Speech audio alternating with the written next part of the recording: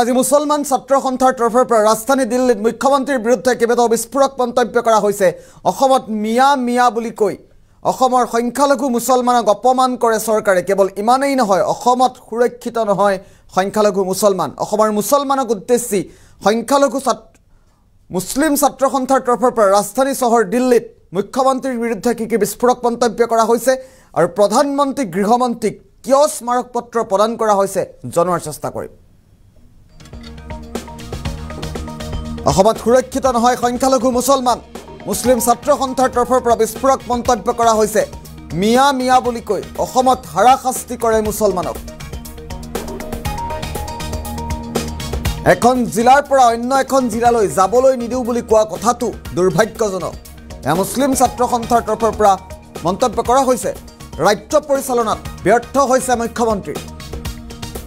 মুছলিম ছাত্ৰ সন্থাৰ মন্তব্য আছে। আমি পৰৱৰ্তী পৰ্যায়ত মন্তব্য শুনাম। ভাৰতীয় নাগৰিক হোৱাৰ পাছতো মুছলমানক হাৰাশাস্তি কৰে মুখ্যমন্ত্ৰীয়ে। গৃহমন্ত্ৰী প্ৰধানমন্ত্ৰীক স্মাৰক পত্ৰ প্ৰদান কৰি মুখ্যমন্ত্ৰীৰ বিৰুদ্ধে মহাবিস্ফোৰণ মুছলিম ছাত্ৰ সন্থাৰ। লগতে অসমত মুছলিম বিশ্ববিদ্যালয় স্থাপনৰো দাবী জনাইছে সংগঠনটোৱে। বিশেষ আইন প্ৰণয়ন কৰি নাৰীক অপমান কৰা লোককো দৃষ্টান্ত শাস্তি প্ৰদানৰ দাবী কৰিছে। দৃষ্টান্তমূলক শাস্তি প্ৰদানৰো দাবী উত্থাপন কৰা হৈছে। আৰু অসমত সংখ্যালঘু মুছলমান সুৰক্ষিত নহয় বুলি মন্তব্য কৰা হৈছে। মিয়া মিয়া বুলি কৈ অসমত হাৰাশাস্তি কৰে মুছলমানক। মুছলিম ছাত্ৰ সন্থাৰ তৰফৰ পৰা মহাবিস্ফোৰণ ঘটোৱা হৈছে। ৰাজধানী চহৰ দিল্লীত মুখ্যমন্ত্ৰীৰ বিৰুদ্ধে বিস্ফোৰক মন্তব্য কৰা হৈছে। কেৱল ইমানেই নহয়, গৃহমন্ত্ৰী আৰু প্ৰধানমন্ত্ৰীকো বিশেষ স্মাৰক পত্ৰ প্ৰদান কৰি কি বিস্ফোৰক মন্তব্য কৰা হৈছে। মন্তব্য আহি পৰিছে এই মুহূৰ্তত। পোনে পোনে মন্তব্য শুনাম। আপনার অর্ডার দিছে যে উচ্ছেদখিনি বন্ধ রাখার কারণে, কিন্তু এই উচ্ছেদিত লোকসকলক প্রথমতে পুনঃসংস্থাপন করক, তাৰপিছত তেওঁলোকৰ উচ্ছেদ কৰক, তাত আমাৰ ক'বলগীয়া নাই। কিন্তু যেহেতু এই লোকসকল ভাৰতীয় নাগৰিক হয়, এই লোকক যেহেতু মাটি বেটি হেৰুৱাই ব্ৰহ্মপুত্ৰ নদীৰ গৰাখহনীয়াৰ ফলত আজি গৃহমাটি তেওঁলোকে হেৰাই পেলাইছে। এই লোকসকলক কেতিয়াবা বাংলাদেশী সংযুক্ত নাগৰিক কৈ পেলাই যেতিয়া হাৰাশাস্তি কৰা হয়, সেয়া কোনোপধ্যে গ্ৰহণযোগ্য নহয়। আজি চাওক, যেহেতু ভাৰতীয় সংবিধানে আমাক ইয়াত থকাৰ আৰু খোৱাৰ অধিকাৰ দিছে, গতিকে এখন জিলাৰ পৰা আন এখন জিলালৈ যেতিয়া পেটৰ তাৰণত কাম কৰিবলৈ যায় আৰু ইয়াতে এওঁলোকক মিয়া বুলি কৈ পেলাই বিভিন্ন সময়ত হাৰাশাস্তি কৰা দেখা যায়। গতিকে ইয়াত কোনো পৰ্যায়ে গ্ৰহণযোগ্য নহয়। যদি অসমতে এখন জিলাৰ পৰা আন এখন জিলালৈ যদি আমাৰ মানুহ যাব নোৱাৰে, ইয়াতকৈ আৰু দুৰ্ভাগ্যজনক কি হ'ব পাৰে। গতিকে আজি আমি ভাৰতৰ প্ৰধানমন্ত্ৰীক আমি স্মাৰক পত্ৰ প্ৰেৰণ কৰিছোঁ। আমি গৃহমন্ত্ৰীকো আমি স্মাৰক পত্ৰ প্ৰেৰণ কৰিছোঁ যেন আজি যিহেতু ভাৰতীয় সংবিধানে আমাক ইয়াত থকা খোৱাৰ অধিকাৰ দিছে, গতিকে আমাৰ জীৱন সম্পত্তিৰ নিৰাপত্তা সুনিশ্চিত কৰিব লাগে। আজি অসমৰ মুখ্যমন্ত্ৰীয়ে কিন্তু এই ক্ষেত্ৰত ব্যৰ্থ হৈছে। ইতিমধ্যে মুখ্যমন্ত্ৰীয়ে কৈছে যেন তেখেতে সেই শ্ৰমিকসকলৰ দায়িত্ব ল'ব নোৱাৰে। গতিকে মুখ্যমন্ত্ৰীয়ে স্বইচ্ছা পদত্যাগ কৰক, কাৰণ এই মানুহখিনি ভাৰতীয় হয়। এওঁলোকৰ যদি তেখেতে দায়িত্ব ল'ব নোৱাৰে, অপেন যদি মিডিয়াৰ আগত ক'ব পাৰিছে যেন আমি তেওঁলোকৰ দায়িত্ব ল'ব নোৱাৰোঁ, এই ক্ষেত্ৰত মুখ্যমন্ত্ৰী ব্যৰ্থ হৈছে, মুখ্যমন্ত্ৰীৰ গৃহ বিভাগ ব্যৰ্থ হৈছে। সেইকাৰণে আমি ভাৰতৰ প্ৰধানমন্ত্ৰী আৰু গৃহমন্ত্ৰীক আমি স্মাৰক পত্ৰ প্ৰেৰণ কৰিছোঁ।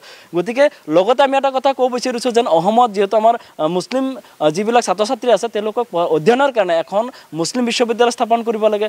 লগতে অসমত নাৰীসকলক সুৰক্ষা প্ৰদান কৰাৰ ক্ষেত্ৰতো আমাৰ মুখ্যমন্ত্ৰী ব্যৰ্থ হৈছে। গতিকে নাৰীসকলৰ কাৰণে বিশেষ আইনৰ জৰিয়তে যিসকল দুষ্কৃতিকাৰীয়ে আজি নাৰীসকলক অপমান কৰি আছে, তেওঁলোকক গ্ৰেপ্তাৰ কৰি দৃষ্টান্তমূলক শাস্তিৰ আমি দাবী পোষণ কৰিছোঁ। লগতে অসমত যিহেতু আমাৰ এই মানুহখিনি ভাৰতীয় নাগৰিক হয়, আজি বিভিন্ন সময়ত দেখা যায় যেন একমাত্ৰ মুছলমানসকলকে টাৰ্গেট কৰা পৰিলক্ষিত হয়। বিগত দিনৰ চৰকাৰ সকলো কিন্তু মুছলমানক একমাত্ৰ ভোট বেংকৰ হিচাপেহে ব্যৱহাৰ কৰি আহিছে।